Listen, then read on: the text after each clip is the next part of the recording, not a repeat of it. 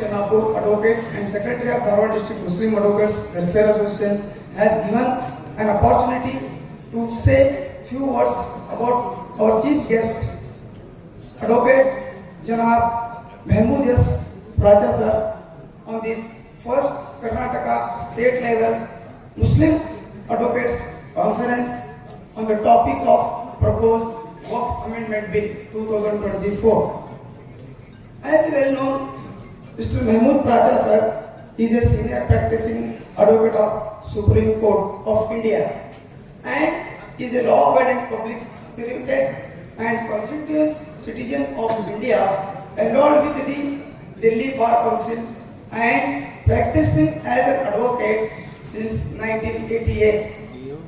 After completing his graduation in BSc Geology Honours from Khalsa College, Delhi University, and being awarded his law degree from the Faculty of Law, University of Delhi, he belongs to a family of freedom fighters.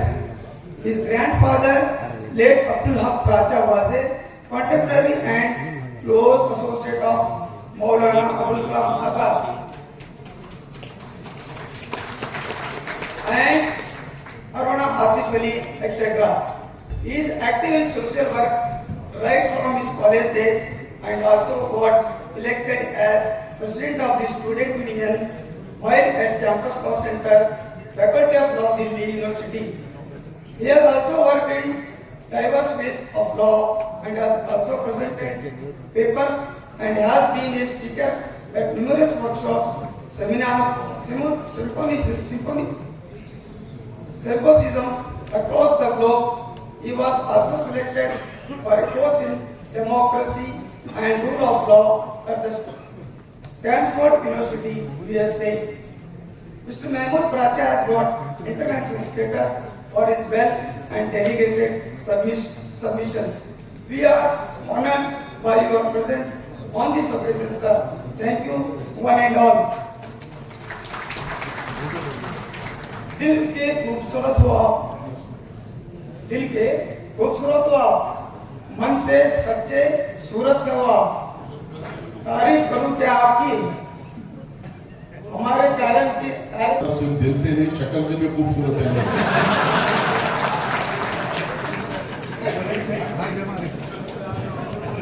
मैंने इसके जवाब में कहा था ये नजर की बात है, आपकी नजर में हम नहीं हो सकता। Janab Al-Haj Asif Ali Sheikh Hussain, Advocate, Member of Karnataka State Bar Council and Chairman, Selection Committee, Karnataka State Board Bar.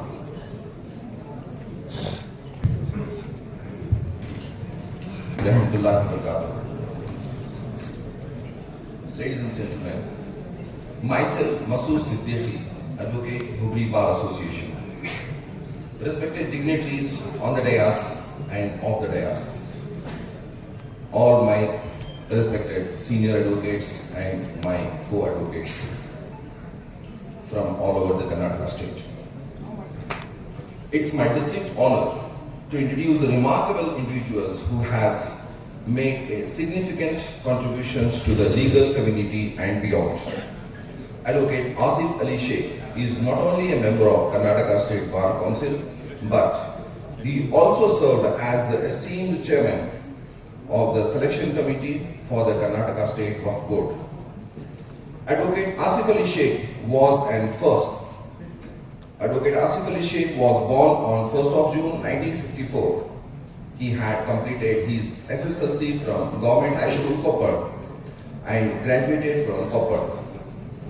Moving towards his goal, he had law graduations from Gadag. Asif Ali sir believes जीत और हार आपकी सोच पर depend करती है। मान लो तो हार होगी और ठान लो तो जीत होगी। My beloved advocate brothers and sisters, great achievement comes with a great responsibilities. The journey starts off. Janab Asif Ali sir proved his ability and various roles and responsibilities. It's my privilege to put light on his footmarks he had come from. He was a chairman of Koppal Urban Development Authority for the year of 2002 to 2003, District Government Pleader, Koppar for the year of 2019 to 23. President, Karnataka State Notary Association, Bangalore, 2016 to 2018. Friends, I wanted to mark this.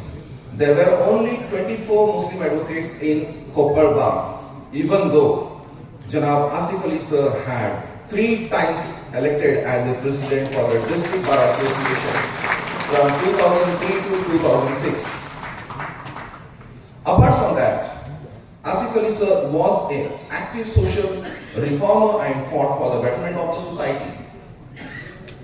He actively participated Hirehalla Horata Samiti for construction of dam in Kinnar village, Taluk district, Koppar. He has conducted number of meetings and put his dynamic efforts in regards to constitution of High Court bench at Dharwad. हजारों साल नर्गिस अपनी बेनूरी पे रोती है, कहीं जाकर होता है चमन में दीदार पैदा। Janab Asif Ali sir's life is a live example for the Muslim community, who believes that one can achieve his goal, one can achieve his goal irrespective of where he has born, how poor he is, and what community he has born. Advocate Asif Ali sir is not only active in legal arena but also in social and political fields. His political achievements are: he was an ex-president for the Koppal Urban Development Authority, ex-president of Taluka Youth Congress, ex-vice president District Youth Congress Committee, ex-general secretary District Youth Congress Committee, ex-member of Karnataka Pradesh Congress Committee. As we can see, advocacy is an steadfast commitment to justice and community service. Advocate Asif Ali sir is demonstrated extreme leadership in his role. His works with the Karnataka State Bar Council showcases his dedications to uphold the role of law and advocating for the rights of all citizens. As a chairman of the Waqf Board Selection Committee, he has played a vital role in ensuring that the interest of Waqf properties are managed effectively, benefiting the community at large. Advocate Asif Ali Sheikh enlightens his legal affairs, coupled with his passion for social justice, have made him a respected figure among his peers and trusted advisors to many. His contribution extended beyond the class courtrooms, as he was actively engaged in community activities aimed at forecasting social harmony and legal awareness. Please join me to welcome Advocate Asif Ali sir. Thank you for giving me this opportunity. जो आए, बहारों ने लुटाई खुशबू, फूल तो फूल, कांटों से भी आई खुशबू। 2024. Sir, please.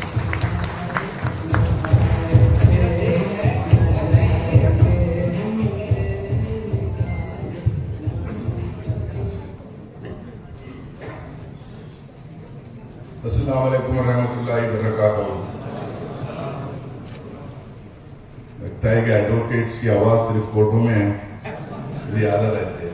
बिस्मिल्लाहिर्रहमानिर्रहीम।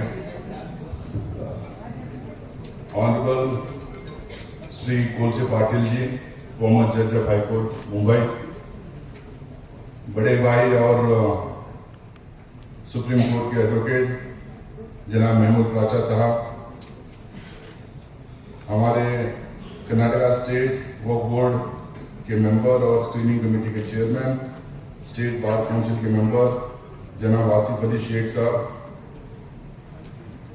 आज के ऑर्गेनाइजर्स और साथ में हमारे बीच में ऑडियंस में शाकिर सनदी साहब हैं, हुबली अर्बन डेवलपमेंट अथॉरिटी के चेयरमैन, अल्ताफ फलूर साहब हैं डीसीसी प्रेसिडेंट, अल्ताफ कित्तूर साहब हैं जनरल सेक्रेटरी, सईद अहमद साहब हैं वाइस प्रेसिडेंट कर्नाटका प्रदेश कांग्रेस कमेटी, बहुत सीनियर एडवोकेट्स और डिग्नेटरीज यहाँ पे हैं, नाम किसी का नहीं लूँगा क्योंकि लंबी लिस्ट होगी उसकी, और दोस्तों, बुजुर्गों और दोस्तों, एक तो मैं बहुत ज़्यादा नहीं बोलूँगा क्योंकि आज सिर्फ वक्फ पे, वक्फ बिल, वक्फ अमेंडमेंट 2024 पे आप लोग डिस्कस करने के लिए यहाँ पे इकट्ठा हुए हैं। पहली बात तो मैं ऑर्गेनाइजर्स को मुबारकबाद देना चाहता हूँ क्योंकि ये पहला मुस्लिम एडवोकेट्स का स्टेट लेवल कॉन्फ्रेंस हो रहा है, उसमें मुबारकबाद। बहुत पहले उस दिन रात में जब आसिफ भाई फोन किए थे और बोले कि हम लोग प्रोग्राम ऑर्गेनाइज करते हैं, आपको आना होगा, तो मैं रेडीली एक्सेप्ट कर लिया था। लेकिन मुझे पता नहीं था कि अक्टूबर 6 है और अक्टूबर 6 मेरा वेडिंग एनिवर्सरी है और 2 दिन से मैं परेशान था कैसा परमिशन दूँ, कैसा जाऊँ। तो बड़ी मुश्किल से टाइम निकाल के आया और जल्दी वापस जाना है। अगर जल्दी अभी 140 की ट्रेन पकड़ के वापस जाना है बेंगलोर, अगर नहीं जाऊंगा तो फिर आप ही लोग को वकालत करना पड़ेगा। और क्योंकि मेरी बीवी महमूद भाई के शहर से हैं, दिल्ली से, अब वो उनके सपोर्ट में खड़े हो जाएंगे। तो डिटेल्स और पूरे अमेंडमेंट्स को लेकर मुझे लगता है कि तुलसी पाटिल साहब और महमूद पराचा साहब डिटेल में डिस्कस करेंगे। मैं कुछ इश्यूज उसमें हैं उसको ब्रॉडली मैं हाईलाइट करने की कोशिश करूँगा। बेसिकली हम लोग को ये समझने की कोशिश करना चाहिए कि आखिर ये बिल आई क्यों और ये लाया क्यों गया और इसके पीछे मकसद क्या है। इसके रेलेवेंट क्वेश्चंस बहुत इंपॉर्टेंट हैं, लेकिन ये बिल आई क्यों। 2013 में अमेंडमेंट हुआ था, 1995 की बिल को, 1995 के एक्ट को 2013 में अमेंड किया गया था। 2013 को जब अमेंड किया गया था, एक लंबे समय तक ज्वाइंट पार्लियामेंट्री कमेटी उसको स्टेक होल्डर्स को, पूरे हिंदुस्तान भर के स्टेक होल्डर्स को बात करके जगह जगह जाके हिंदुस्तान भर घूम के लोकल स्टेक होल्डर्स को बात करके academicians, intellectuals, legal experts, politicians, वक्त में जो लोग काम किए उनको, शरिया लॉ के एक्सपर्ट्स हैं उनको, मुस्लिम पर्सनल लॉ बोर्ड जैसे बहुत सारे इंस्टीट्यूशंस को, ऑर्गेनाइजेशंस को बात करके, कंसल्टेशंस करके 2013 का अमेंडमेंट लाया था। जब से अब तक 10 साल। अब ये मैं नहीं कह रहा हूं, जो statements of objects and reasons of the bill है उसमें क्लियरली लिखा गया है, justice Rajendra Sachar report of the joint parliamentary committee on Waqf and central Waqf council, वो उसमें क्लियरली लिखा गया है कि वो जेपीसी कंसल्टेशंस करके इस बिल को लेके आए करके उसमें लिखा गया है। लेकिन अब जो है बिल लाए हैं तो ये नहीं बता रहे कि ये किससे कंसल्टेशन की। 2013 का अमेंडमेंट आया तो पूरे हिंदुस्तान पर कंसल्टेशंस पे, तो ये अमेंडमेंट लाने के पहले भी तो कंसल्टेशंस करना चाहिए था। किसको कंसल्टेशंस किए, कौन थे वो स्टेक होल्डर्स, कोई इनके पास जवाब नहीं। कोई सुप्रीम कोर्ट का या हाई कोर्ट का कहीं जजमेंट आया है, कहीं रिमार्क्स आए हैं, कहीं कमेंट्स आए हैं कि इसको अमेंड करना चाहिए, वो भी नहीं है। स्टेक होल्डर्स हिंदुस्तान भर से किसी ने जाके गवर्नमेंट को रिक्विजिशन से मेमोरेंडम्स दिए हैं कि वक्फ बोर्ड 2013 में बहुत ज्यादा एनोमलीज है, वो उसकी वर्किंग और इम्प्लीमेंटेशन में बहुत प्रॉब्लम्स आ रहे हैं, तो आप इसमें अमेंड करो, ये प्रोविजंस को अमेंड करो। किसी ने दिया है, वो भी किसी ने नहीं दिया। तो आखिरकार आप लाए क्यों ले गए भाई, किसी से तो बात करते हैं। It's an ill conceived, poorly prepared, just on the basis of misinformation and with them vendetta politics in this country. They have just brought this bill to campaign against a particular community, create division, polarize the country on the lines of religion. This is the only thing that is there in this bill. इसके अलावा bill में कुछ नहीं, क्योंकि bill में जो पिछली bill में, अब जैसे एक एग्जाम्पल मैं दूं, अब रिजिजू साहब खड़े होके कह रहे हैं भाई हम महिलाओं को इसमें रिप्रेजेंटेशन देना चाहते हैं। उस बेवकूफ आदमी को ये नहीं पता 2013 के बिल में 2 महिलाओं को ऑलरेडी दे चुके हैं। मेरे और आसिफ भाई के साथ में हमारे बोर्ड में 2 महिलाएं हैं, उनको ये पता ही नहीं।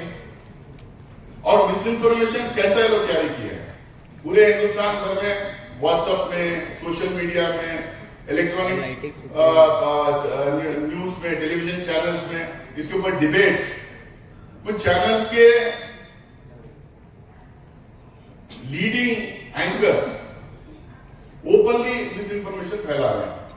और सबसे बड़ा मिस इन्फॉर्मेशन क्या है भाई, वक्फ बोर्ड कोई भी जमीन को बोल दे, हाथ रख दे ये जमीन वक्फ की है तो वो वक्फ की हो जाएगी।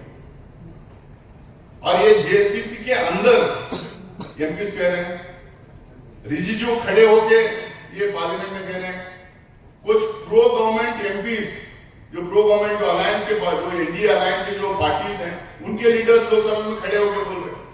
हम पूछे कि भाई ये आखिर है कहां? आप 2013 के अमेंडमेंट में या 1995 के बिल में आप बताइए ये है कहां कि अगर वक्फ ये बोलेंगे लैंड हमारी तो उनकी हो जाएगी। मैं बोले नहीं, आप लोग किसी खेत में जाके, किसी की फील्ड में जाके आप कुरान की तिलावत 2-4 दिन कर लें या नमाज पढ़ लें तो जमीन आपकी हो जाएगी। तो कौन बोल रहा है? हिंदुस्तान में लॉ है, दुनिया में कहीं ऐसा लॉ है क्या जहां कोई भी बोलते कि ये जमीन हमारी तो ये जमीन उनकी हो जाएगी? भाई रजिस्ट्रेशन का कोई मामला है, रेवेन्यू रिकॉर्ड्स है, टाइम दिया जाता है, पेपर्स में अनाउंस किया जाता है, नोटिस दी जाती है, उसके बाद रजिस्ट्रेशन होता है। रजिस्ट्रेशन करने वाला वहां पे सामने आना है, रजिस्टर करा के देने वाला, बेचने वाला वहां पे सामने आना है, उनके फोटोज लगते हैं, वहां पे कैमरास लगे रहते हैं। मतलब ये भी नहीं पता है गवर्नमेंट के साइड के एमपीज को।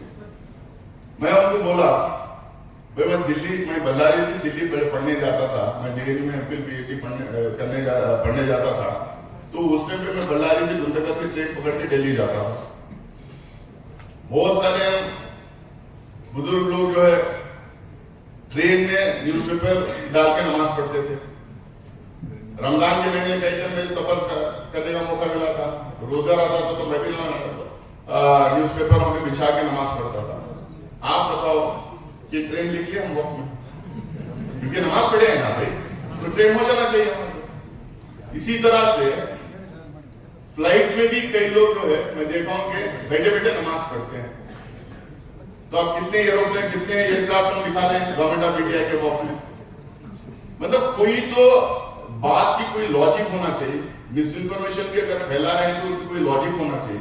मतलब बेतुकी बातें वो लोग फैलाने की पूरी कोशिश कर रहे हैं। अब इन्होंने कहा 2013 में जब बिल अमेंड किया गया था तो 3 लाख 3.5 लाख एकड़ जमीन थी। आप कह रहे हैं कि 2024 में 9 लाख कैसा हो गया? भाई हम इनको कह रहे हैं कि उसके पहले डिजिटलाइजेशन नहीं था, वक्त हमेशा था। 100 साल से 200, 400, 500, 1000 साल से भी वक्त था। वक्त के प्रॉपर्टीज थे, वक्त बोर्ड नहीं था। वक्त हमेशा रहा, मस्जिदें रहे, कब्रिस्तान रहे, ईदगाह रहे, दरगाहें रहे, चिल्लागाह रहे, तकिया रहे, ये सब हमेशा से रहे हैं हमारे देश के अंदर।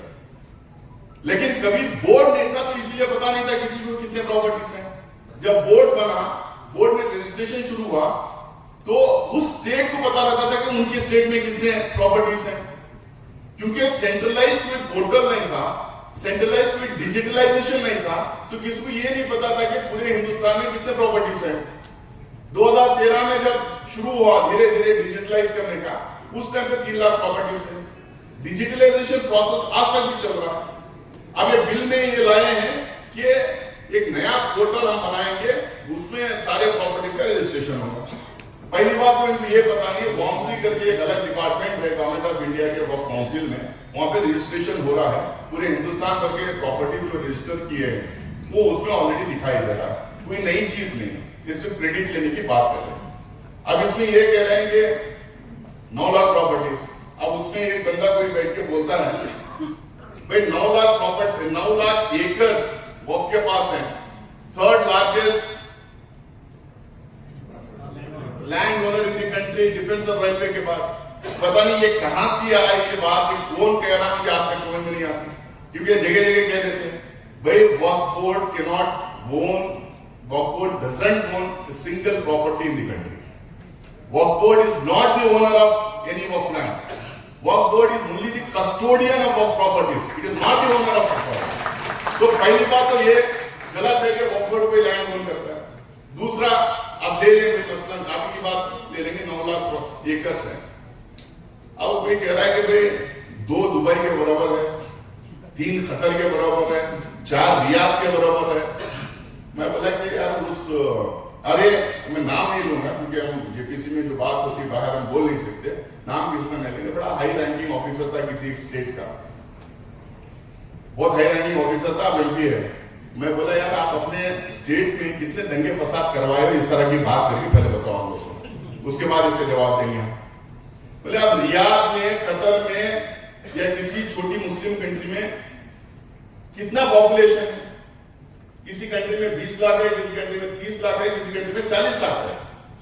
अब वहां उस पॉपुलेशन को और इंडिया के मुस्लिम पॉपुलेशन को कंपेयर करेंगे, वहां के जो कंट्री का जो मतलब वो कंट्री का जो एक्सटेंट है उसको और इंडिया के एक्सटेंट को कंपेयर करेंगे। कहां 20 लाख 30 लाख की पॉपुलेशन की कंट्री है, कहां दुनिया में लार्जेस्ट मुस्लिम पॉपुलेशन की कंट्री को आप कंपेयर कर रहे हैं। कहां 20 लाख 25 लाख, कहां 25-30 करोड़ को आप कंपेयर कर रहे हैं। मैं उनको बोला कि 7 लाख 70 हजार गांव है हिंदुस्तान में, विलेजेस है। मैं शहर की बात नहीं कर रहा हूं, मैं बड़े शहरों की बात नहीं कर रहा हूं। जब बल्लारी में ही 4 कब्रिस्तान है, 4 ईदगाह है, बैंगलोर में, हैदराबाद में, दिल्ली में बेहिसाब है, हम उसमें मैं काउंट ही नहीं कर रहा हूं। मैं बोला 7 लाख 70 हजार गांव है, उसमें 80-85% गांव में विलेजेस में मुसलमान रहते हैं। अब 80-85% विलेजेस में मुसलमान अगर रहते हैं तो समझो कि 7 लाख 70 हजार में 7 लाख की समझो या 6.25 लाख समझो विलेजेस में मुसलमान रहते हैं। जहां किसी भी समुदाय के, मुसलमान की बात ना करूं, किसी भी धर्म के लोग जहां रहते हैं उनकी एक इबादत गाह रहेगी, सारे इकट्ठा होकर नमाज पढ़ने के लिए एक ईदगाह रहेगा, एक कब्रिस्तान तो रहेगा। भाई हर धर्म के लोगों जब इंतकाल हो जाता है तो उनको दफनाने का, जलाने की कोई जगह रहेगी, तो हमारे कब्रिस्तान रहेगा। मैं मस्जिद काउंट नहीं कर रहा हूं, मैं दरगाहें काउंट नहीं कर रहा हूं और दूसरे इंस्टीट्यूशंस काउंट नहीं कर रहा हूं। सिर्फ अगर 1 एकड़ हर विलेज में, हर गांव में 1 एकड़ कब्रिस्तान के लिए और 1 एकड़ ईदगाह के लिए अगर हमारे पास है, 10-10 एकड़ है, 20-20 एकड़ है, वो अलग बात है। तो 7 लाख एकड़ कब्रिस्तान के लिए हो गए, 7 लाख एकड़ ईदगाह के लिए हो गए, तो 14 लाख एकड़ हुए। अभी तो 9 लाख के रजिस्टर हुए यार, बाकी के तुम दिलाओ हम लोग को।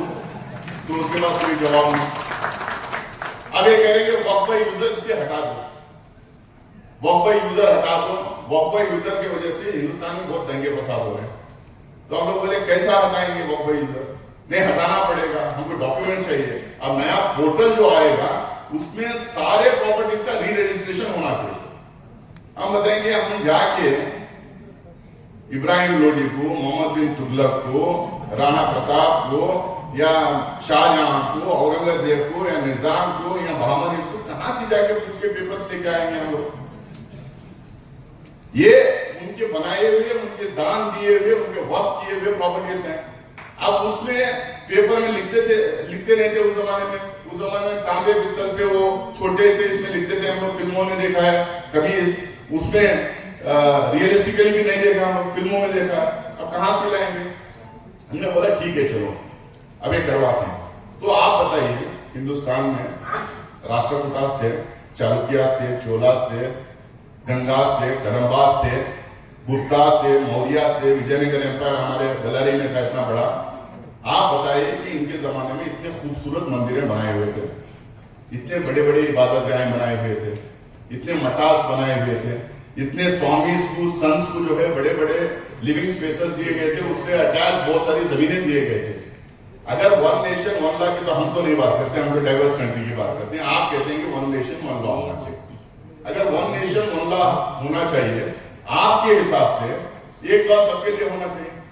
तो अगर हमको आप प्रॉपर्टीज को वक्फ बाय यूजर हटा के आप सारे प्रॉपर्टीज के पेपर्स ला करके आप बोल रहे हैं, तो ये जो इतने जो डायनेस्टीज के टाइम पे जो बनाए हुए जो इबादत गाहें मंदिरें हैं उसके पेपर्स कहां से लाएंगे? वो भी तो देना पड़ेगा ना भाई, उनका भी तो रजिस्ट्रेशन होना चाहिए, तो ये कहां से लाएंगे? तो कोई जवाब इनको नहीं इनके पास। हम बोले आप 9 लाख एकड़ की आप बात कर रहे हैं, हम डेटा निकाले, आंध्र प्रदेश, तेलंगाना, तमिलनाडु, ये सिर्फ तीन स्टेट में 12 लाख एकड़ हिंदू एंडोमेंट एक्ट के हैं। आप 9 लाख पूरे हिंदुस्तान के लिए कह रहे हैं, 12 लाख एकड़ तीन, अब वो हो भी सकते हैं क्योंकि इतना बड़ा मजहब है, अक्सरियत है, 80% हिंदुस्तान में एक कम्युनिटी है, तो वो हो भी सकते हैं। हम मानते हैं कि उसमें होना चाहिए, अगर आपका होना चाहिए तो फिर हमारा भी होना चाहिए, तो उसके लिए कोई उनके पास लॉजिक नहीं है। अब ये वक्फ बाय यूजर हटाएंगे तो होगा क्या? अब वक्फ बाय यूजर हटाएंगे तो हर प्रॉपर्टी के लिए पेपर लाना पड़ेगा। अब अगर पेपर हर प्रॉपर्टी के लिए नहीं लाएंगे हम, तो फिर कहेंगे जो है ये जबरदस्ती ये लैंड लेके ये बनवाया गया है, जबरदस्ती लैंड वक्फ में छीनी गई, इसके ऊपर फिर कोर्ट में जाएंगे, कलेक्टर के पास जाएंगे, इसके ऊपर दंगे फसाद होंगे। अब दूसरी बात इन्होंने कहा कि जो है सारे पावर्स हम निकाल के कलेक्टर को दे देंगे। फिर हम सवाल किए कि हमारे वक्फ का झगड़ा, वक्फ का डिस्प्यूट ज्यादातर गवर्नमेंट के साथ है। अब गवर्नमेंट के साथ डिस्प्यूट अगर है, मेजॉरिटी ऑफ द केसेस पूरे हिंदुस्तान में सुप्रीम कोर्ट और हाई कोर्ट में है, उसमें वक्फ के केसेस सरकार के खिलाफ है। अब सरकार के खिलाफ है तो सरकार का जो रिप्रेजेंटेटिव डिस्ट्रिक्ट में रहता है वो डिस्ट्रिक्ट कलेक्टर होता है। अब डिस्ट्रिक्ट कलेक्टर जब रिप्रेजेंटेटिव सरकार का है, अब उसको जज बना के उसी के लैंड के ऊपर बिठाएंगे कि अपनी उसके ऊपर हम केस किए और वो खुद ही जज बन जाएगा, उसको वो अक्यूज्ड है और खुद ही वो जज बन जाएगा। ये कैसा होगा? और हमने देखा है हिंदुस्तान में, हम लोग हर दिन इंटरेक्ट करते हैं डीसीसी, एसपीसी, ये लोग किसकी बात सुनते हैं? ये लोग कहते हैं कि हम लॉ इंप्लीमेंट करते हैं, बट ज्यादातर जो सरकार रहती है उसकी बात सुनते हैं। सरकार बोलेगी भैया गवर्नमेंट लैंड, तो फिर गवर्नमेंट लैंड हो जाएगा। अब उसमें ये बोल रहे हैं कि पावर इतना स्वीपिंग पावर्स कलेक्टर को दे रहे हैं कि वो तय करेगा कि ये लैंड गवर्नमेंट लैंड है, ये लैंड वक्फ की है, ये लैंड डिस्प्यूटेड है।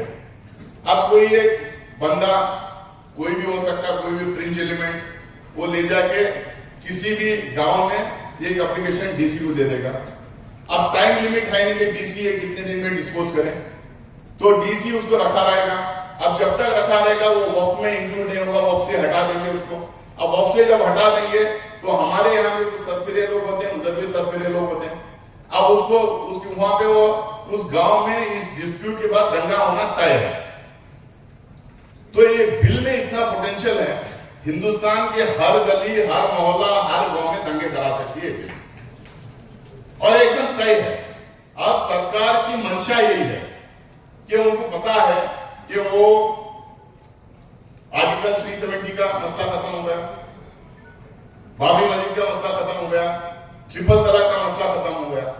तो अब कैसा हम हिंदुस्तान को डिवाइड करके रखें, इस समाज को बार बार डिवाइड करते रहे, बार बार पोलराइज करते रहेंगे, क्योंकि उनको पता चल गया है कि इश्यूज जैसा ही खत्म हो जाएंगे तो वो इस देश में जीत नहीं सकते, किसी स्टेट में नहीं जीत सकते, सेंटर में नहीं जीत सकते। इस बार का इलेक्शन भी वो दिखा दिया, रियल इश्यूज के ऊपर जब इलेक्शन होगा तो कितने सीट उनको आएंगे, कितना मेजोरिटी उनको मिलेगी नहीं मिलेगी, ये इलेक्शन में पता चल गया। तो अब वो चाह रहे हैं कि परमानेंट हम ऐसी व्यवस्था इस देश में बना के छोड़े कि हर गांव, हर गली, हर मोहल्ला में दंगे फसाद कराने के लिए एक एप्लीकेशन डीसी के पास भेजना काफी है। एकदम आसानी से दंगे फसाद कराने का तरीका इन्होंने ढूंढ लिया। तो हम बोले कि कलेक्टर हो ही नहीं सकता। सुप्रीम कोर्ट का जजमेंट है कि collector can not decide on the title of the land, collector can only include in the revenue records after the title is decided. तो अगर ये कलेक्टर कैसे तय करेगा?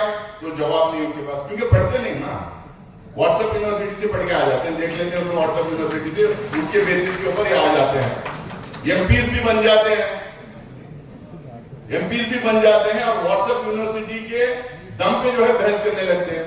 जब ये बोले तो ये है सुप्रीम कोर्ट का जजमेंट है, तो उनके पास उसके लिए जवाब नहीं। तब आप बोल रहे हैं कि ट्रांसपेरेंसी होना चाहिए। अब ट्रांसपेरेंसी के लिए कह रहे हैं कि दो हिंदू कम्युनिटी के दो बंदों को उसमें डाल दो। एक्चुअली आप एकदम डिटेल से वर्ड बाय वर्ड अगर आप पढ़ें, उसको एनालाइज करें, तो 2 नहीं 50% से ज्यादा जो है उसमें नॉन मुस्लिम्स आ सकते हैं, जिस तरह से ये फ्रेम किए हैं। पहले मुस्लिम मेंबर ऑफ पार्लियामेंट होना जरूरी था, मुस्लिम एमएलए या एमएलसी होना जरूरी था, अब वो सिर्फ एमएलए या एमएलसी या एमपी या बार काउंसिल का मेंबर, मुस्लिम बार काउंसिल का मुस्लिम मेंबर ऑफ बार काउंसिल नहीं है, इस तरह से हटा दें। 50% से ज्यादा जो है उसमें नॉन मुस्लिम्स आए। हम बोलेंगे भाई ये कैसा, हमें तो कॉन्स्टिट्यूशन प्रोटेक्शन देता है, हमें कॉन्स्टिट्यूशन में क्लियरली लिखा हुआ है, इंस्ट्राइंड है कि हमारे रिलीजियस अफेयर्स को हम लोग एडमिनिस्टर कर सकते हैं, तो उसके लिए नहीं ट्रांसपेरेंसी होना चाहिए। बोला इससे ट्रांसपेरेंसी कैसा है? आपको शक है क्या मुसलमानों के ऊपर? क्या आप आगे झांकेंगे हम क्या कर रहे हैं? क्या आपको यह लगता है कि मुसलमान अपने इंस्टीट्यूशंस को खुद एडमिनिस्टर नहीं कर सकते? तो उसको लेके कहीं आपके पास कोई डेटा है तो आप बताइए, तो उसके पास कोई डेटा नहीं, तो हम बोले कि ठीक है वन नेशन वन लॉ, ये आप ही की बात करें। आप जो यहाँ पे नॉन मुस्लिम को डालने की जो बात कर रहे हैं, सारे हिंदुस्तान के एंडोमेंट एक्ट्स में, मुद्राई डिपार्टमेंट में, मंदिर ट्रस्ट में, वो जगह जगह अलग अलग एक्ट भी है, देवघर का अलग एक्ट है, पंढरपुर का अलग एक्ट है, अलग एक्ट है, ये सारी जगह यहाँ आप 2 नॉन मुस्लिम डालिए कोई प्रॉब्लम नहीं, ये सारे डिपार्टमेंट्स में एक मुसलमान, एक क्रिश्चियन और एक सिख को आप करवा दीजिए। अरे ये कैसा होगा? ऐसा अरे भाई ये कैसा होगा? देश एक है, आप कहते हैं वन नेशन वन लॉ, तो हमारे लिए आप इंस्टीट्यूशन कर सकते हैं, हम आपके डिपार्टमेंट्स में हम नहीं आ सकते, तो आपके लिए भी वही लॉ, हमारे लिए भी वही लॉ होना चाहिए। अब फिर बात करना शुरू करें कि हम पसंदीदा मुसलमानों को इसमें लेंगे। हमने बोला कि भाई मुसलमानों में जो है एक्चुअली जहां मैं पैदा होकर पल के बड़ा हुआ हूं, वहां पे जात पात हमने देखा है। Islam doesn't mandates caste system, Islam doesn't mandates caste system, various other religion mandates caste system. यहाँ पे Islam doesn't mandate caste system, लेकिन कुछ बैकवर्ड है, कन्वर्जन हुआ है हिंदुस्तान में, नॉर्थ इंडिया में कुछ जगह कुछ प्रॉब्लम है। मैं मानता हूं कि जो है समाज में कुछ इश्यूज हैं, उसको हम एड्रेस करेंगे। अब आप जो है, हम जब कास्ट सिस्टम, कास्ट सेंसस की हम बात कर रहे हैं, पार्लियामेंट इलेक्शन में कास्ट सेंसस एक बहुत बड़ा इशू था।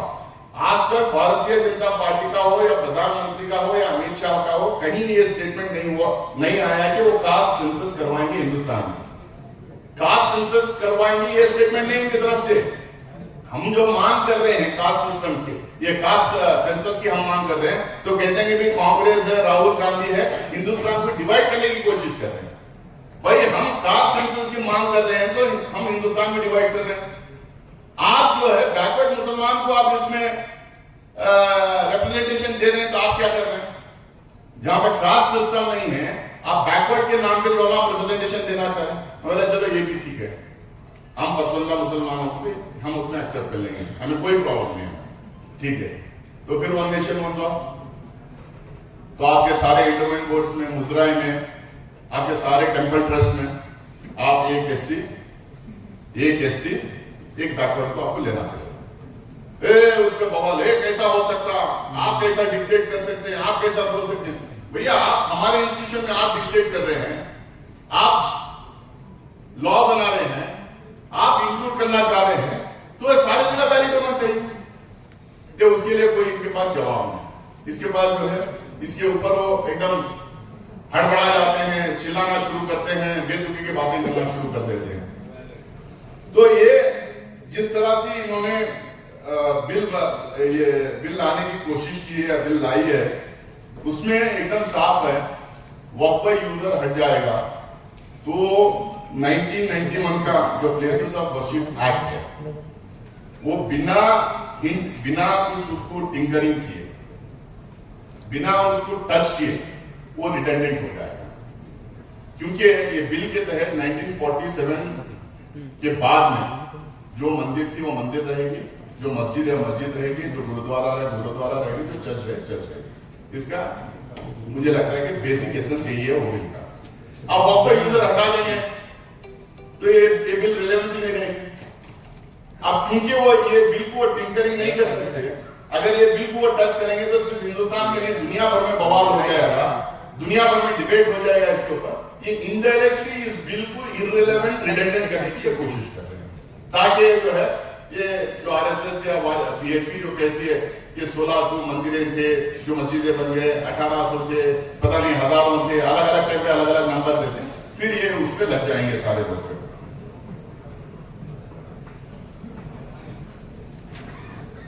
अब इसमें ट्राइब्यूनल की बात है। अब कह रहे हैं कि भाई ट्राइब्यूनल जो है most dangerous part of administration है, उसमें मुसलमान है, ये वफ का ट्राइब्यूनल है। अब वो सारी लैंड पे जो कोई केस कर दे रहा और वफ डिक्लेयर कर दे रही है वफ लैंड है।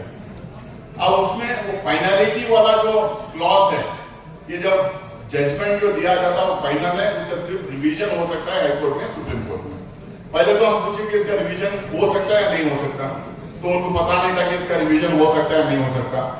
उसके बाद में हमने पूछे कि कितने ट्राइब्यूनल्स हैं इंडिया में, तो बोले नहीं वो ये तो 19 डिपार्टमेंट में ट्राइब्यूनल्स हैं और सारे ट्राइब्यूनल्स में उनका जजमेंट फाइनल होता है। अब सारे सेंट्रल गवर्नमेंट के ट्राइब्यूनल्स में उनका जजमेंट फाइनल होता है, उसके खिलाफ अपील नहीं कर सकते, सिर्फ रिवीजन हो सकता है। तो आप बताइए सारे वो 18 ट्राइब्यूनल की जो फाइनलिटी है उसका फाइनलिटी रहेगा, उसका जजमेंट फाइनल रहेगा, लेकिन वफ में प्रॉब्लम आ गया। हम लोग पूछे कि वफ में ये जो 3 लोग जो बैठते हैं ये लोग कौन है? वफ ने अपॉइंट किया, इनको ये भी पता नहीं है कि वफ अपॉइंट नहीं करता, स्टेट गवर्नमेंट अपॉइंट करती है। अब उसमें से एक शरिया लॉ जो स्कॉलर है, जो शरिया लॉ जानता है, उसको जो तीसरे मेंबर को उसमें जो रखा था, अब वो कह रहे हैं कि वो नहीं रहेगा। अरे भाई वफ में जहां पे हमारे रिलीजियस अफेयर्स हैं, हमारे यहाँ सेक्स हैं, हमारे यहाँ अलग अलग प्रैक्टिसेस हैं, कस्टम्स हैं, हमारे यहाँ अपने ट्रेडिशंस हैं, तो इसके बारे में सलाह देने के लिए, इसके बारे में शरिया लॉ क्या बोलता है बताने के लिए वहां पे एक मेंबर होना चाहिए, तो नहीं उसको नहीं रखेंगे हम। आप ट्राइब्यूनल को इतना डिसआर्म कर दिए, डिसएम्पावर कर दिए कि ट्राइब्यूनल ऐसे ही 2 आदमी का एक बोर्ड बना दिए, एक वो ट्राइब्यूनल बना दिए, अब उसमें जाके आप डालो, उसके लिए कोई 3 जो था उसका पूरा निकाल लिया। हम कहेंगे फिर जाएंगे हम कहा, नहीं आप कोर्ट में जाएंगे, कलेक्टर के पास जाएंगे।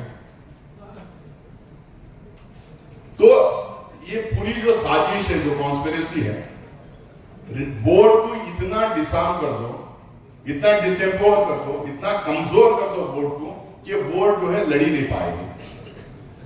और बात में कहते हैं कि हम मुसलमानों का उद्धार करना चाहते हैं, इसमें लूट खसलूट हो रहा है। 12,800 करोड़ रुपए हर साल इनकम होना चाहिए था, बिल्कुल इनकम नहीं आ रहा है। तो हम पूछेंगे डेटा दीजिए कि लूट खसलूट क्या हो रहा है, कितने केसेस हैं और कितने केसेस में जो है सजा दी गई है, कितने केसेस में ये बोला गया कि लूट हुआ है। हम बोलेंगे 12,800 करोड़ रुपए आमदनी कहां से आएगी? नहीं इतनी प्रॉपर्टी है ना आएगी। अरे इतनी प्रॉपर्टी है, आमदनी कैसे आएगी बताइए? आप 7% से कंट्रीब्यूशन 5% पे ला रहे हैं। इनको ये पता नहीं है कि वो 7% जो कंट्रीब्यूशन रहता है वो कंट्रीब्यूशन बोर्ड को आता है, 93% जो होता है वो इदारे के पास रहता है। अब वो इदारे के पास रहेगा तो 12,500 करोड़ रुपए कहां से इकट्ठा हो जाएंगे? और वो जो 7% जो देते हैं उसमें सैलरीज के लिए, एडमिनिस्ट्रेटिव वर्क के लिए, मेंटेनेंस के लिए और कोर्ट में केसेस लड़ने के लिए वो पैसे इस्तेमाल होते हैं। तो हम बोले कि भाई ये 12,500 करोड़ रुपए का जो आप ये फिगर दे रहे हैं, अब ये आने के लिए क्या करना चाहिए? हमारे जो जमीनें हैं उस जमीनों को हम लोग को रेवेन्यू जनरेटिंग प्रॉपर्टीज में हम लोग को कन्वर्ट करना पड़ेगा। अब कन्वर्ट करने के लिए पैसे कहां से आएंगे? सरकार तो देगी ना। आप चाह रहे हैं कि मुसलमानों का उद्धार हो, आप चाह रहे हैं कि मुसलमानों के एजुकेशनल इंस्टीट्यूशन स्टार्ट हो, आप कह रहे हैं कि मुसलमानों ये वफ के पैसे में मुसलमानों के हेल्थ के लिए काम हो, गर्ल चाइल्ड के लिए, एजुकेशन के लिए कुछ इंस्टीट्यूशंस खुले। आप ये बड़े जोर से बोल रहे ना। आप बताइए कि ये रेवेन्यू जनरेटिंग प्रॉपर्टीज में अगर कन्वर्ट करना है तो पैसे कहां से आएंगे? आपने 2 साल से 3 साल से वक्फ काउंसिल नहीं बनाया। बीजेपी रूल स्टेट्स में वक्फ बोर्ड्स नहीं है। वक्फ काउंसिल के एम्प्लॉइज को आप सैलरीज नहीं दे रहे 3 साल से। आप गवर्नमेंट ऑफ इंडिया के बजट में माइनॉरिटीज के लिए और वक्फ के लिए कोई अलग से पैसा नहीं आप देते, तो ये कैसा कन्वर्ट करेंगे हम लोग? तो उसके नहीं लूट का, अरे बताइए ना भी कितना पैसा आया, कितना लूट कसूट हुआ है, डेटा कहाँ है, इंफॉर्मेशन कहाँ है आपके पास, कौन ये बोल रहा है? तो उनके पास कोई जवाब नहीं। अब बार बार ये कहते हैं कि मुस्लिम वो जो बोर्ड में जो लोग हैं वो लोगों ने प्रॉपर्टीज हत्या लिए, तो और हिंदुओं के प्रॉपर्टीज, हिंदू कम्युनिटी, हिंदू भाइयों के जो प्रॉपर्टीज छीन लिए और वक्फ करके डिक्लेयर कर दे। हम लोग एक डेटा दीजिए आप। लार्जली जो केसेस हैं, जितना मैं समझता हूं, मुस्लिम वर्सेस मुस्लिम है, वक्फ वर्सेस मुस्लिम है। हम बोले कि वक्फ वर्सेस हिंदू कम्युनिटी के लोग, आप डेटा दे दीजिए हम लोग। एंक्रोचर्स जो है 90-95% एंक्रोचर आइदर मुसलमान है या नहीं तो सरकार है। दरगाह के आसपास जो गरीब लोग जो जाके बसे हुए हैं, वो कहते हैं भाई वक्फ की है तो हमारी हुई, हमारा कौम की हुई तो हमारी है, हम घर ले लिए, हम पे घर डाल लिए। खबरस्तान के आजू बाजू में कौन जाके बसता है? मुसलमान ही बसता है। लास्ट में एंक्रोचर्स एक है। दूसरा जो एंक्रोचर है, सबसे बड़ा जो एंक्रोचर सरकार है।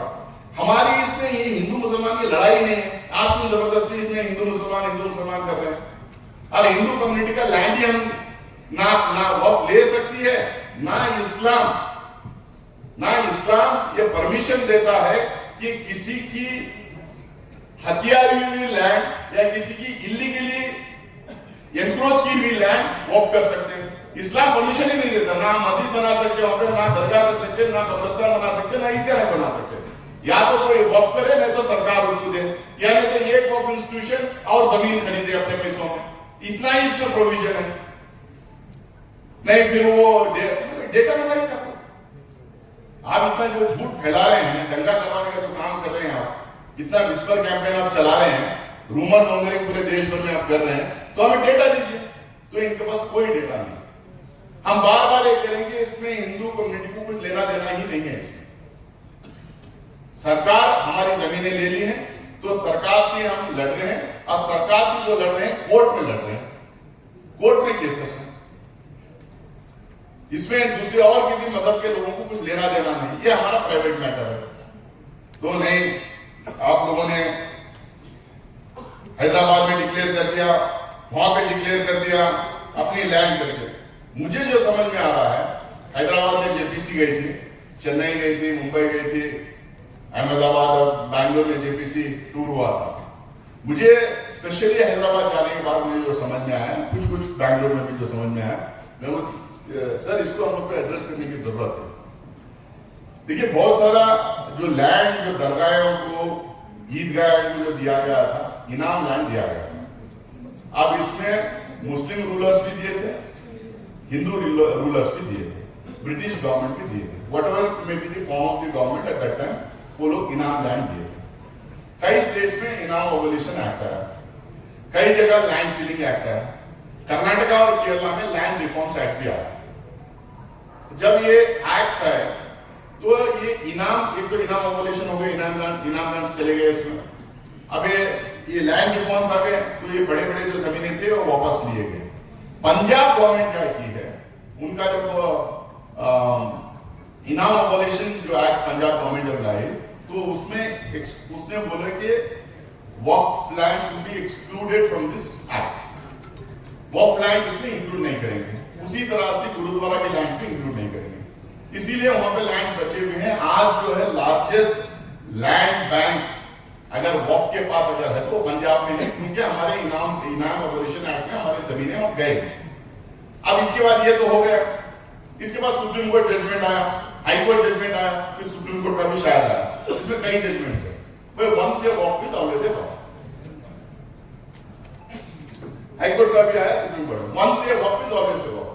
फिर अब एक वंस जब वक्फ हो गया तो क़यामत तक वो वक्फ रहेगा, कोई उसको ले नहीं सकते। तो फिर लैंड एबोलिशन में आप कैसा लैंड ले लेंगे? फिर आप ये लैंड सीलिंग एक्ट में कैसा ले लेंगे, लैंड रिफॉर्म्स में कैसा ले लेंगे, ये सवाल होता। तो ट्राइब्यूनल्स क्या किए, जो लैंड सरकार इनसे लेके दूसरों को बांटी थी, वो सारे लैंड्स को वॉफ करके दोबारा जो है सर्वे रिकॉर्ड्स में, दोबारा रेवेन्यू रिकॉर्ड्स में चढ़ा दी। अब वो लोग कह रहे हैं कि हम 50 साल से 60 साल से यहाँ पे खेती करते थे, कोई कह रहा है कि हम घर बना के यहाँ पे रह रहे हैं, सरकार कह रही है कि हम बस स्टैंड बना दिए, रेलवे स्टेशन बना दिए इसके ऊपर, अब ये कैसा आपको देंगे। तो इसके ऊपर जो है मुझे लगता है कि एक फाइनल सुप्रीम कोर्ट का एक जजमेंट आना चाहिए, इसके ऊपर क्लैरिटी होना चाहिए, ताकि जो है ये वंस फॉर ऑल ये खत्म हो जाए कि भाई ये जमीन जो इनाम अबॉलिशन में जो गई, लैंड सीलिंग में गई, लैंड रिफॉर्म्स में गए, ये वक्फ लैंड को वापस आ सकती है या नहीं आ सकती। इसके मुझे लगता है कि एक फाइनल जजमेंट की तरफ हम लोगों को कोशिश करना चाहिए, ताकि सबसे बड़ा miss campaign, miss information campaign जो चल रहा है इसी के ऊपर चल रहा है, ये बेसिस है। तो इसके अलावा बहुत सारे ऐसे बात ये लोग हम फैलाने की कोशिश कर रहे हैं।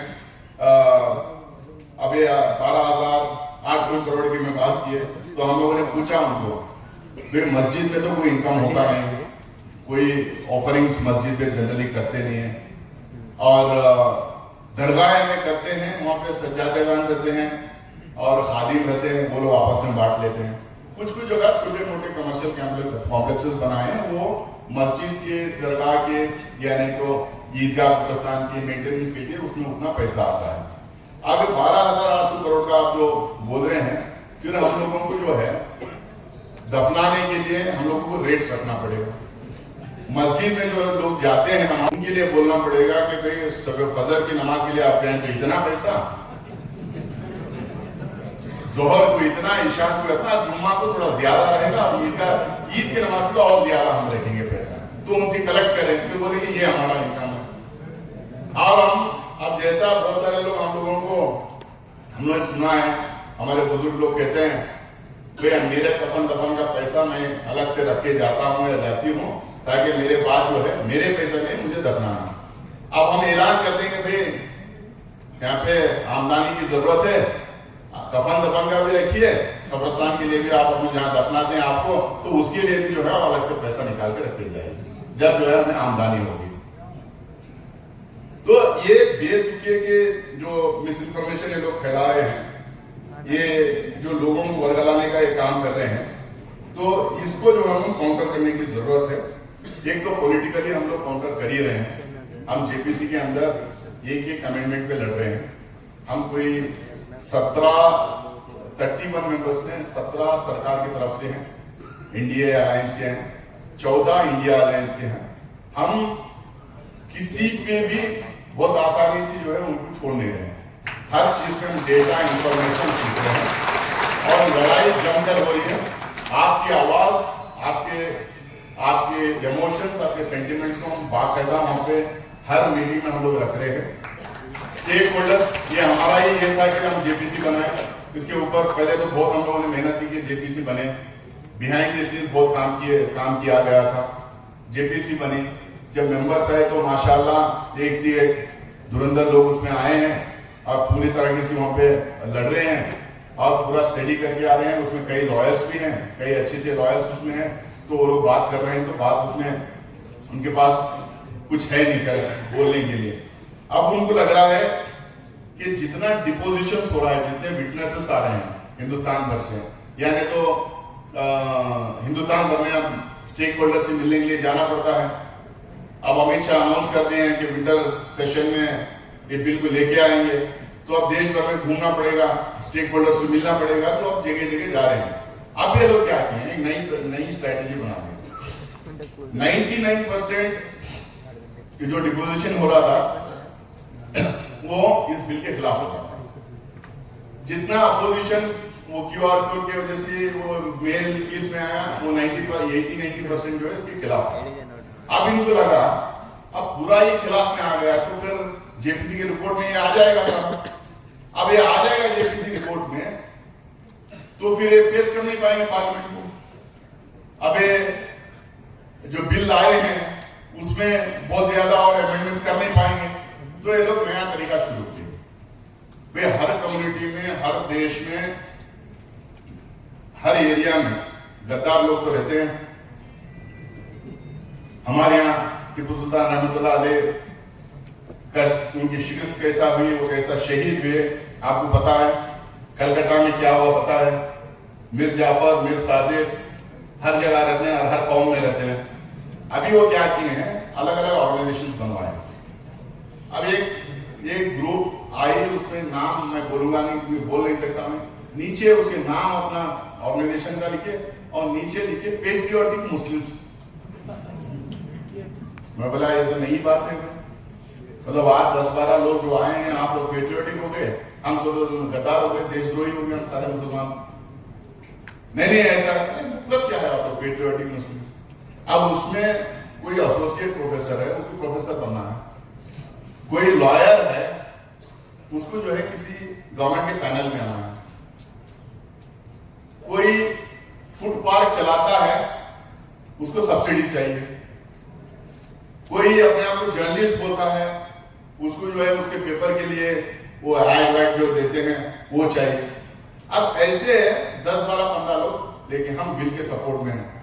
हम पूछे भाई बिल के सपोर्ट में कोई एक अमेंडमेंट आप कर रहे हैं, आप पूरा का पूरा कर रहे हैं? नहीं, हम पूरा का पूरा कर रहे हैं क्योंकि हम पेट्रियोटिक मुसलमान हैं, पूरा का पूरा कर रहे हैं।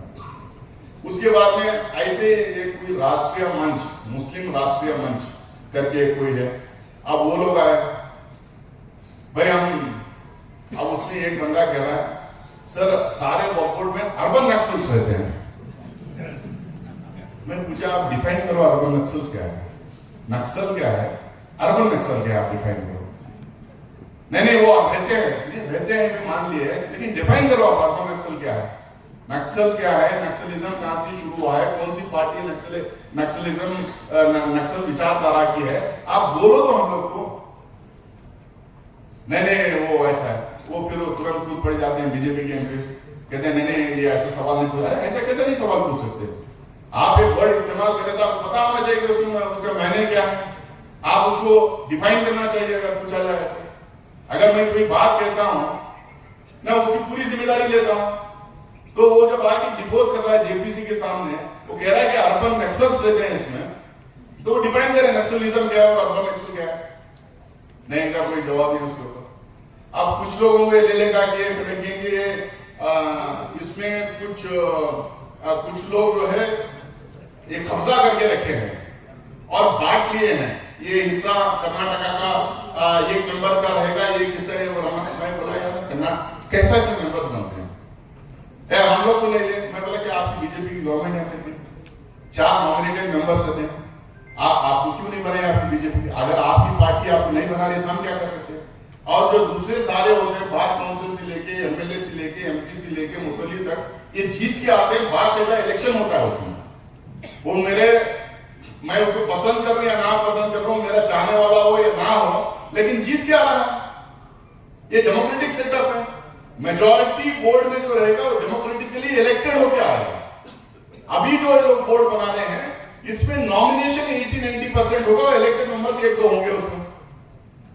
आप जो कंट्री अपने आप को बोस्ट करती है कि हिंदुस्तान की ओल्डेस्ट डेमोक्रेसी है, अब तो मॉडर्न डेमोक्रेसी तो चले गए, हम जानपदास महाजनपदास के टाइम से भी ऋग्वेद लिखा है, उसमें लिखा है बोलते हैं, तो आप एक इंस्टीट्यूशन जो बनाया है उसका पार्लियामेंट के एक्ट के तहत बनाया गया है, वो कंप्लीटली डेमोक्रेटाइज्ड बॉडी है, उसके अंदर की डेमोक्रेसी आप खत्म करके नॉमिनेटेड बॉडी आप बनाना चाह रहे हैं।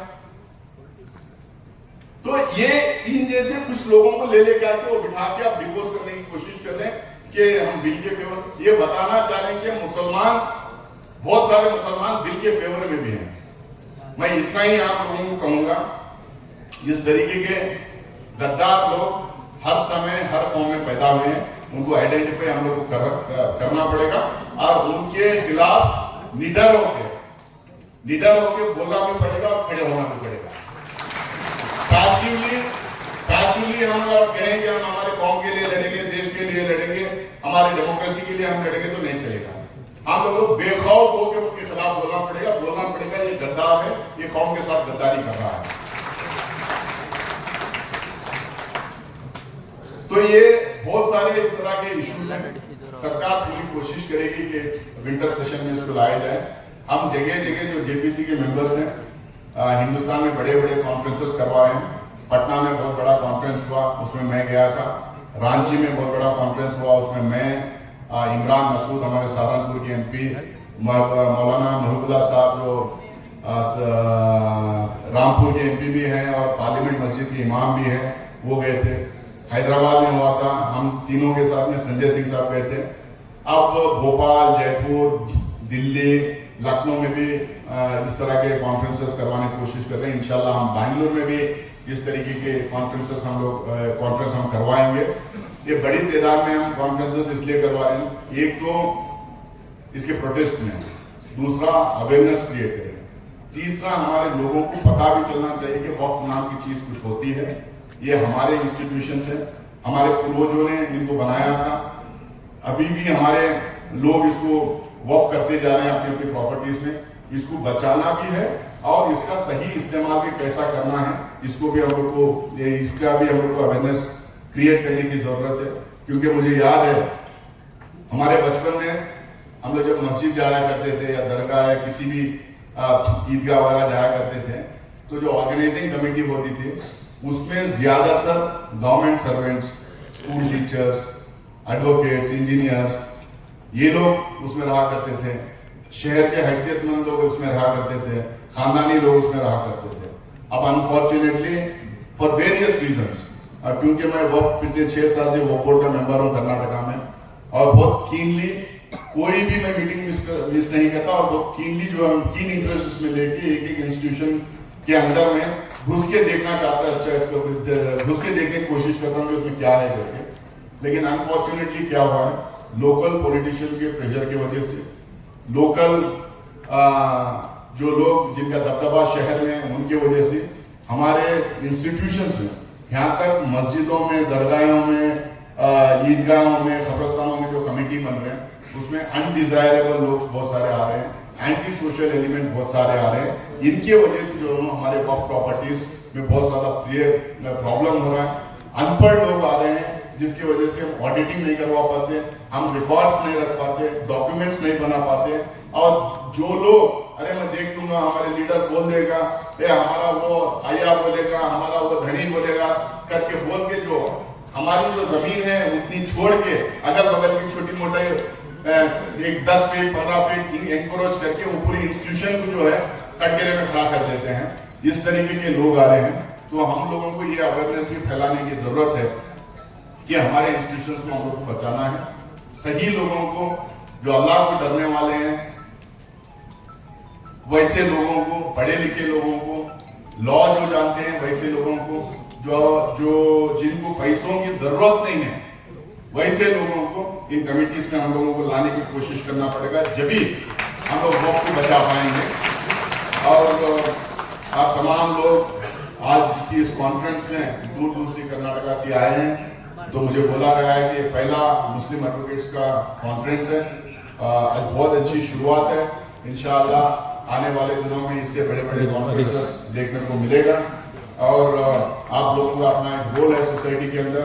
हम लोग वक्त में DWACs में, डिस्ट्रिक्ट बॉडीज में हर जगह 2, 3, 4 हम एडवोकेट्स को, मुस्लिम एडवोकेट्स को हम मेंबर्स बनाते हैं। कई जगह वाइस चेयरमैन भी बनाते हैं। माजिद भाई मेरे यहाँ डिस्ट्रिक्ट से बैठे हैं, वो खुद भी कई बार मेंबर भी रहे हैं, वाइस चेयरमैन भी रहे हैं। तो हम लोग यहाँ पे हर डिस्ट्रिक्ट में बनाने की कोशिश करते हैं ताकि हमारे मुस्लिम एडवोकेट्स हमारे इश्यूज को जाने, हमारे इश्यूज को लड़ें। मैं तो ये कहता हूँ सिर्फ डिस्ट्रिक्ट लेवल में नहीं, हर एक वक्फ इदारे में एक वकील को रखना चाहिए हम लोग, हर एक वक्फ इदारे में, ताकि लॉ पता रहे, कितने कदम आगे बढ़ना है, कितने कदम पीछे रहना है, ये वही लोग समझा सकते हैं। तो इनको सारे कमिटीज में रखने की बात कर रहा हूँ। और दूसरी बात, महमूद भाई, ये पांचों जगह गए थे, JPC का टूर हुआ था, और बहुत देर जाके पढ़े, और बाहर जाके नॉलेज गेन करके आके हमारी कम्युनिटी को लीड करें, ये मेरी दुआ है। और आप लोगों को भी इस अवेयरनेस को गांव-गांव, गली-गली आप लोगों को फैलाना है। और खासकर मैं क्यों कह रहा हूँ कि हमें लॉयर्स हर सतह पे चाहिए। अभी 3-4 दिन पहले वो एक स्वामी ने जो हुजूर के बारे में जो बोला है, उस्ताद रसूल जो उसने बोला है, अब उसमें हिंदुस्तान के कोने कोने में एफआईआर होना चाहिए था। हिंदुस्तान के कोने कोने में एफआईआर होना चाहिए। और कौन करवाएगा एफआईआर? पॉलिटिशियन के साथ में जो एक लॉयर जाएगा, एक लॉयर उसके साथ में खड़ा रहेगा, सही से कंप्लेंट ड्राफ्ट करेगा, रेलेवेंट सेक्शंस उसमें डालेगा, फॉर सुप्रीम कोर्ट जजमेंट्स उसमें कोट करेगा, हाई कोर्ट जजमेंट्स उसमें कोट करेगा, जब तो वो कंप्लेंट रिलेवेंट हो सकता है। मॉब लिंचिंग्स पूरे हिंदुस्तान में हो रहे हैं। मैं परसों झारखंड गया था 2-3 दिन पहले, वहाँ पे 11 मुसलमान मॉब लिंचिंग में मारे गए थे over a period of 1.5 year. लेकिन उनको कोई कंपनसेशन नहीं मिला था, तो मैं सीएम के पास पूरा डेलीगेशन को ले जाके मिलाया। अब वो रिलीज कर रहे हैं, एक अलग बात है। लेकिन जैसा ही मॉब लिंचिंग होती है, जैसा ही हेट स्पीच होती है, जैसे ही इस तरीके के राइट्स होते हैं, तो हमारे लॉयर्स जमीन पे उतर के सुओ मोटो केस, ये सुओ मोटो अपने तरफ से जो है, बिना किसी के कहे, बिना किसी के कॉल पे, बिना किसी के ऑर्गेनाइजेशन या कोई पॉलिटिशियन के कॉल पे जो है, अपने आप एक्टिवेट करके ग्रुप ले जाके लीगल एड देना, केसेस करवाना, इनके खिलाफ खड़े रहने का काम करना चाहिए। अब उसके लिए सिर्फ लॉयर्स जो हमारे मेजॉरिटी कम्युनिटी में जो सेक्युलर प्रोग्रेसिव लॉयर्स हैं, जिसके एक प्रतीक जो है, जिसके एक सिंबल हमारे पुलसे पाटिल साहब हैं, वैसे जो है लॉयरों के साथ में हम लोगों को अपने आप को अलाइन करना पड़ेगा और जगह जगह गाँव में हम लोगों को स्प्रेड आउट होके ये काम करना पड़ेगा। क्योंकि पॉलिटिशियंस पुलिस में फोन करेंगे, पॉलिटिशियंस स्टेटमेंट देंगे, प्रेस कॉन्फ्रेंस करेंगे, लेकिन जाके कोर्ट में केसेस लड़ने पाएंगे और लीगल एड दे नहीं पाएंगे। इसीलिए आपकी जो कौम है, आपकी जो ट्राइब है, आपका कबीला जो है, इसको आपको बढ़ाना पड़ेगा। ये जो लॉयर्स का जो ट्राइब है, इसको बढ़ाना पड़ेगा और अच्छे लॉयर्स भी आना चाहिए। और मैं फाइनली मैं मुबारकबाद देना चाहता हूँ पुलसे पाटिल साहब जैसे लोगों को। बहुत सारे लोग को ये लगता है कि मुस्लिम पॉलिटिशियंस बात नहीं करते, स्टेटमेंट नहीं देते और हमारा रिप्रेजेंटेशन पार्लियामेंट और असेंबली में कम हो रहा है। तो मैं ये कहूँगा कि डिवीजन इतना है, पोलराइजेशन इतना है, कई जगह जीतना भी मुश्किल हो जाता है। अनलेस बहुत ही मुस्लिम डोमिनेटेड कॉन्स्टिट्यूंसी ना हो तो बड़ा मुश्किल हो रहा है। आज के दिन इलेक्शन जीतना, खर्चा भी इतना ज़्यादा हो रहा। पार्लियामेंट इलेक्शन में 60-70 करोड़ 100 करोड़ तक जाता है, असेंबली इलेक्शन में 25-30 करोड़ 40 करोड़ तक जाता है।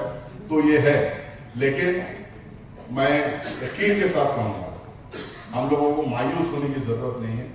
रिप्रेजेंटेशन आज कम है, कल बढ़ेगा, परसों और बढ़ेगा, लेकिन हमें मायूस होने की इसलिए जरूरत नहीं, क्योंकि हमारे पास पुलसे पाटिल साहब जैसे लोग भी इस देश में जिंदा हैं। हमारे सेक्युलरिज्म को, हमारे गंगा जमुना तहजीब को बचाने के लिए और बरकरार रखने के लिए, और हमारे देश की अक़लियतों को, बैकवर्ड्स को, दलित्स को, ट्राइबल्स को उनका हक दिलाने के लिए, उनके लिए लड़ने के लिए, उनके लिए खड़े होने के लिए ऐसे लोग जिंदा हैं। इनकी वजह से सेक्युलरिज्म इस देश में बचा हुआ है, इनकी वजह से देश में डाइवर्सिटी बचा हुआ है। और आखिर में मुझे यहाँ बोला गया कि हुबली मुस्लिम लॉयर्स एसोसिएशन को सीए सीट की जरूरत है, उन्होंने एक मांग की है। मेरे दोस्त यूथ कांग्रेस के और हुबली अर्बन डेवलपमेंट अथॉरिटी के चेयरमैन हैं शाकिर सनदी बैठे हैं। मैं आप लोगों की तरफ से रिक्वेस्ट करता हूँ कि एक सीए सीट उनको अलॉट करें ताकि उनकी एक्टिविटीज के लिए वो काम आए। तो तमाम मैं अपनी बात खत्म करते हुए इतना ही कहूँगा कि हम लोगों को गद्दारों से अलर्ट रहना है, अवेयरनेस क्रिएट करना है, एक होना है और इस बिल के खिलाफ जितना हम कर सकते हैं लड़ें, उसके बाद अल्लाह के ऊपर छोड़ें। बहुत बहुत शुक्रिया। Honorable Supreme Court of India, Janab